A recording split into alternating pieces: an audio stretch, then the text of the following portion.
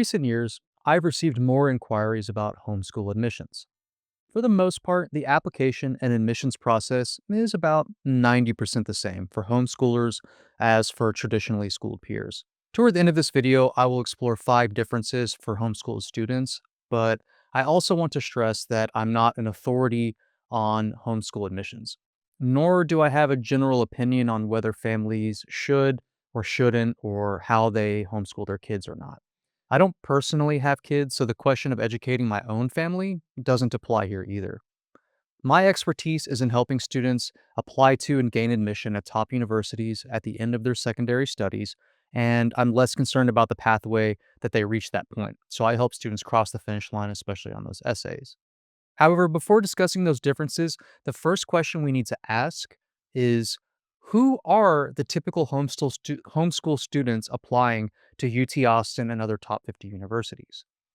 Although there are many different reasons and methods that families homeschool their children, almost every parent who emails me has children on an accelerated path or an advanced curriculum.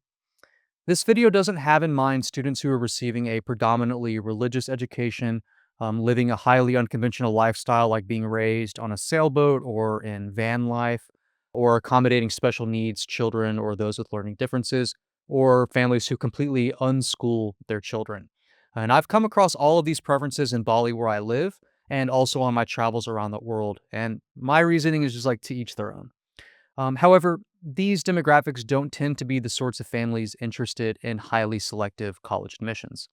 The kinds of families who contact me will have usually withdrawn from traditional schooling in elementary years because they weren't adequately challenged, or perhaps that child wasn't permitted to skip a grade. Maybe those children attended a Montessori or Rudolf Steiner school before opting for homeschooling.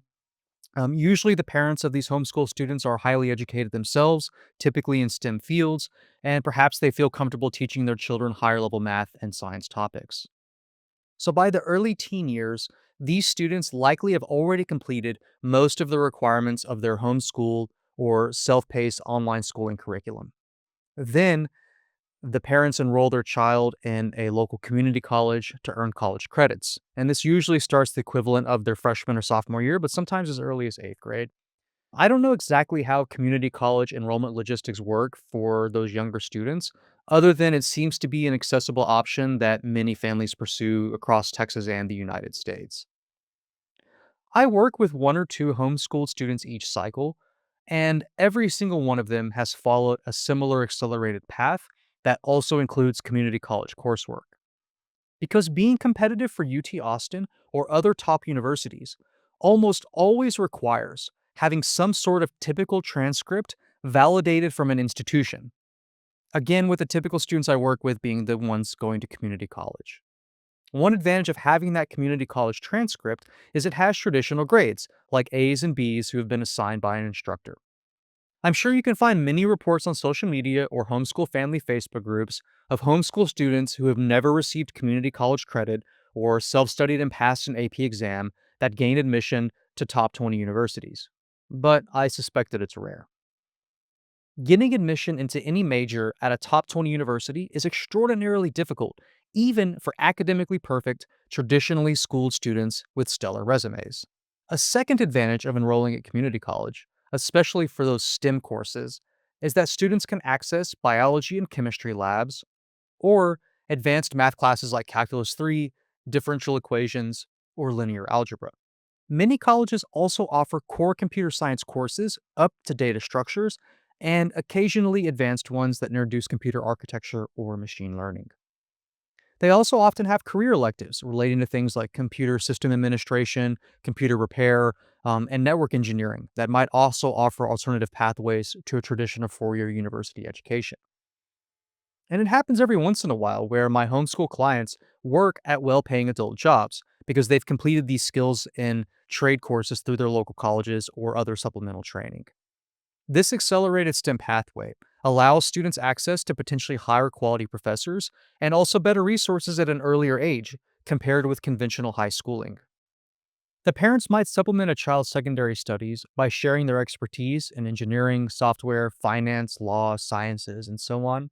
And that has the added benefit of a more rigorous schedule, and helping the applicant determine their fit for majors like computer science and engineering.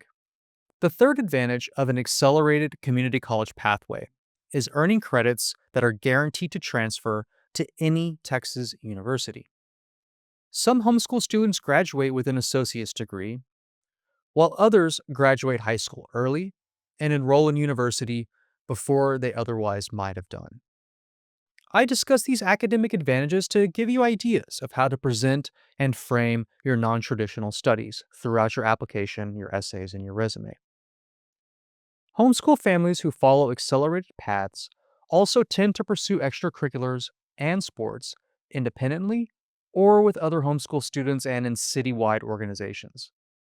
I'm not an authority on these opportunities since they vary based on location and also interest.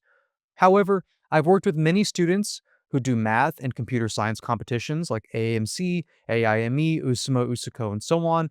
Many of them self study with art of problem solving.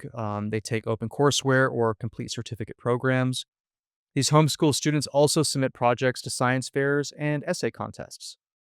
On paper, at least, my high achieving homeschool students really don't look any different from their equally high achieving, traditionally schooled peers. They have high grades, great SATs, and a strong resume, which makes them competitive for UT Austin and other top 50 universities. They're also similar to my clients who attend those very small or tiny private schools that almost always require supplementing one's education or extracurriculars with opportunities outside of school or some other alternative curriculum. Some key differences include homeschool students not having a class rank. So that means, particularly at UT, the SAT and ACT counts for more. So it's especially important that homeschool students do well on their standardized exams, particularly if they haven't taken community college classes. UT and other universities might also take into account AP exam scores, while they might not for traditionally schooled students. So taking those AP exams might supplement the academic record you have.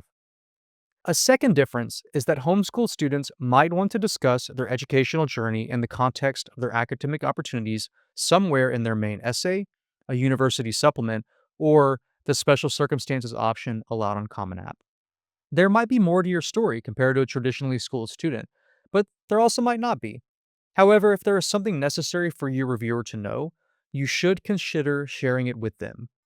Remember that admissions reviewers are not omniscient, all seeing people, so you need to tell them what you have in mind. Third, universities might also ask for a detailed homeschool transcript and also the curriculum used. So, it's important for families from the very beginning of homeschool studies to keep detailed records of their students' progress and of their studies. Generally speaking, the more documentation you provide, the better, especially if your child is not completing community college courses. Next, recommendation letters might be tough to come by for homeschool students not attending community college. I would not recommend submitting one from your parents or your relatives, and since rec letters at UT for regular admission are completely optional, I honestly wouldn't worry much about them. But for universities that require like a core teacher reference, you might want to contact that university directly about how that might work for homeschool students. Rice, for example, requires core teacher letters. The last difference is that there tends to be a lot tougher for me to forecast a homeschool student's admissions chances since they lack a conventional high school rank or a weighted GPA. But still, all of the same rules of thumb about building a reasonable college list apply. For example, you want to minimize your high reaches, have at least one security school where you're guaranteed to gain admission based on your SAT, and also to include schools where you have a realistic chance of gaining admission, and ones that you can afford and actually see yourself enrolling at. So overall, applying as a homeschool applicant isn't honestly all that different than if you were traditionally schooled. You might need to provide more paperwork, discuss the context of your studies in an essay, and frame your resume within the context of the opportunities available to you. Some of your responses on the Common App may also not be applicable. So, homeschooling could also be an advantage in your application if you provide examples that illustrate how you're adaptable, independent, and how you're a self starter.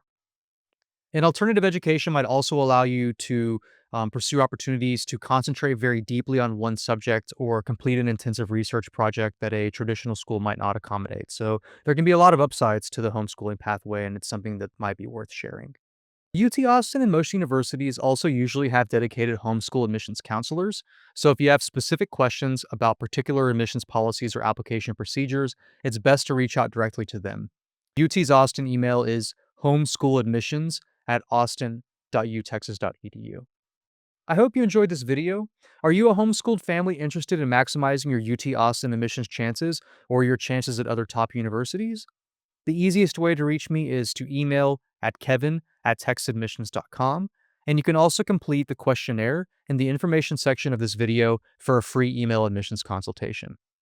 I hope you have a great day.